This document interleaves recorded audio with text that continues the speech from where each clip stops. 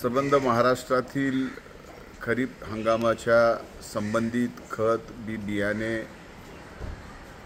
आणि पेस्टिसाइड कीटकनाशके याच्या संदर्भात एकूण संबंध महाराष्ट्रातील प्रत्येक जिल्ह्यात प्रत्येक तालुक्यात किती पाऊस झाला आहे, खताची एकूण मागणी किती होती, सप्लाय किती झाला आहे, युरिया किती झाला आहे, DAP किती झालेला आहे, त्या ठिकाणी एकूण जिल्ह्यातलं कापसाचं क्षेत्र, सोयाबीनचं क्षेत्र, आंतरपीक, त्याबरोबर तूर, मूग, उडीद, भाताचं क्षेत्र, या सर्व गोष्टीची माहिती आज एक व्यापक बैठक कृषी विभागाने सर्व जिल्हाधिकारी, पोलीस अधीक्षक, कृषी विभागाचे जॉइंट डायरेक्टर आणि ASO यांच्यासोबत आज अतिशय महत्त्वपूर्ण बैठक झाली।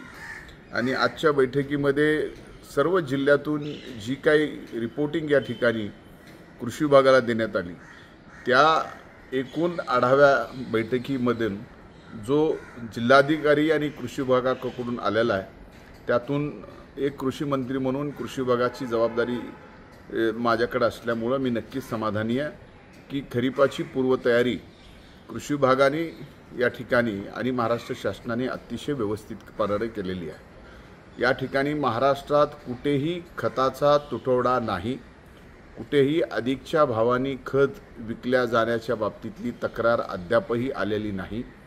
एवढंच नाही तर जी कृत्रिम टंचाईकडून काही बियाण्याच्या बाबतीमध्ये अधिकचे पैसे घेऊन विकल्या जाण्याच्या तक्रारी आल्या होत्या, त्या संदर्भातही आत्तापर्यंत जवळजवळ या राज्यात 72 ठिकाणी FIR केलेल्या आहेत। अनेक दुकानांचे परवाने रद्द करण्यात आलेले आहेत, अनेक दुकानांना विक्री करण्यास पाबंदी केलेली आहे, अनेक ठिकाणी कोर्टामध्ये केसेस दाखल केलेल्या आहेत। त्यामुळं अशा पद्धतीचे अधिकचे पैसे घेऊन बियाणं विकणं, लिंकेज करणं किंवा खताच्या बाबतीमध्ये या ठिकाणी अधिकचे पैसे लावून खत या ठिकाणी जास्तीच्या दराने शेतकऱ्यांना विकणं, अशा आज कुठेही तक्रारी नाहीत।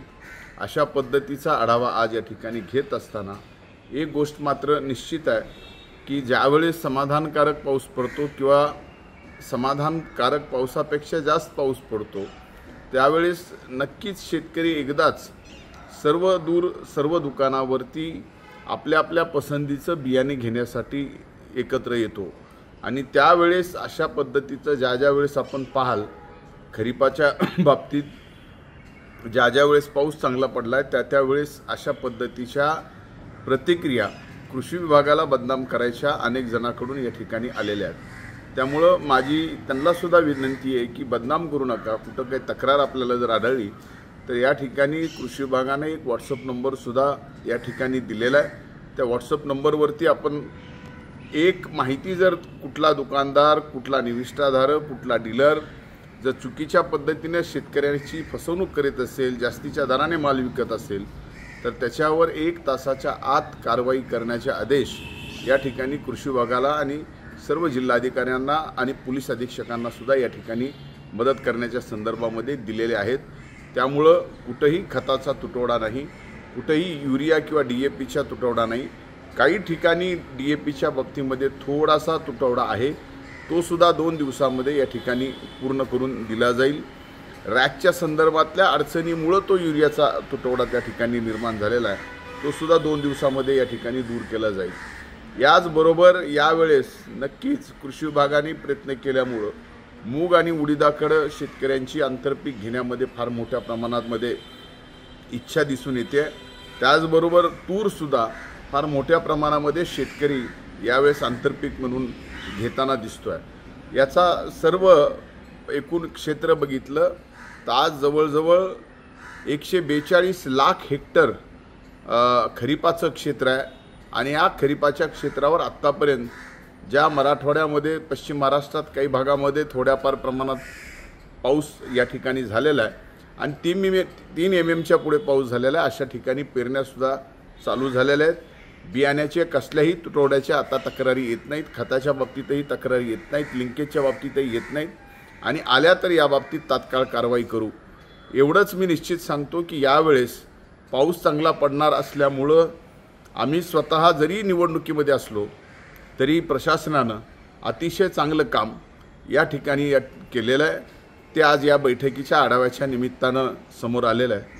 माझी महाराष्ट्रातल्या माझ्या शेतकरी बांधवांना आणि भगिनींना हात जोडून विनंती आहे की अशा पद्धतीची जर चुकीची किंमत लावून जास्तीचे पैसे उकळण्याचं काम जर खत बी बियाणं आणि कीटकनाशकाच्या बाबतीत कुणी करत असेल तर त्याची तक्रार आम्ही जो मोबाईल नंबर दिला आहे, व्हॉट्सअप नंबर दिला आहे, त्या नंबरवरती आपण केल्यावर 1 तासाच्या आत कारवाई या ठिकाणी करू एवढा शब्द या निमित्ताने देतो। यावेळेस अतिशय चांगल्या प्रकारे पाऊस पडत असल्यामुळं आपण सुद्धा अतिही उत्साह खरीपाचा हंगाम घ्यायला उत्साही आहोत आणि हे हंगाम घेत असताना जर चुकीच्या गोष्टी होत असतील तर प्रत्येक ठिकाणी जिल्ह्यात 3 भरारी पथकं सुद्धा नेमण्यात आलेली आहेत। प्रत्येक भरारी पथकाला दिवसातून 25 निविष्ठा केंद्र हे रँडम पद्धतीनं करण्याच्या संदर्भामध्ये या ठिकाणी निर्देश दिलेले आहेत आणि त्याची रिपोर्टिंग रोज रात्री कृषी विभागापासून म्हणजे जिल्हा कृषी अधिकाऱ्यापासून जॉईंट डायरेक्टरपासून ते आयुक्तापासून सचिवापासून मंत्र्यापर्यंत रोज रात्री किती दुकानांना त्यांनी भेटी दिल्या, पथकांनी भरारी पथकांनी भेटी दिल्या आणि काय काय त्यांना आढळून आलं याची रिपोर्टिंग करण्याच्या संदर्भात सुद्धा आदेश दिलेले आहेत। त्यामुळे कुठल्याही चुकीच्या गोष्टी शेतकऱ्यांना अडचणीत आणण्याच्या संदर्भात आम्ही हे महाराष्ट्राचं महायुतीचं सरकार होऊ देणार नाही हा कृषी मंत्री म्हणून माझ्या शेतकरी बंधू भगिनींना शब्द देतो आणि शेतकरी बंधू भगिनींना ही विनंती करतो की या बाबतीमध्ये या खरीप हंगामामध्ये पाऊस चांगला पडत असताना आपण काही नवीन योजना सुद्धा या ठिकाणी देण्याचा प्रयत्न करतोय। नॅनो युरिया देण्याचा प्रयत्न करतोय संबंध महाराष्ट्रभरामध्ये। मेटाडिलेट नावाचं एक कीटकनाशक आहे तेच या ठिकाणी देण्याच्या संदर्भामध्ये आपण निर्णय केलेला आहे आणि ते अतिशय कमी किमतीत म्हणजे माफक दरामध्ये म्हणण्यापेक्षा मोफत देण्याच्या संदर्भातच लॉटरी काढून आपण या ठिकाणी देणार आहोत। फवारणीच्या संदर्भात सुद्धा यावेळेस बॅटरी चार्ज फवारणी आपण काही शेतकऱ्यांना देतोय, तेही लॉटरीच्या पद्धतीनं DBTवर या ठिकाणी त्या ठिकाणी लॉटरीच्या पद्धतीनं प्रत्येक तालुक्यात ही जिल्ह्यामध्ये वाटप करण्यात येणार आहे। त्याचाही फायदा शेतकऱ्यांनी घ्यावा। हे महायुतीचं सरकार शेतकऱ्याच्या बाजूने आहे। आमच्या दृष्टीनं प्रथम प्राधान्य हे आमच्या मायबाप शेतकऱ्यांना आहे आणि आम्ही तिथं कुठेही कमी पडणार नाही। धन्यवाद।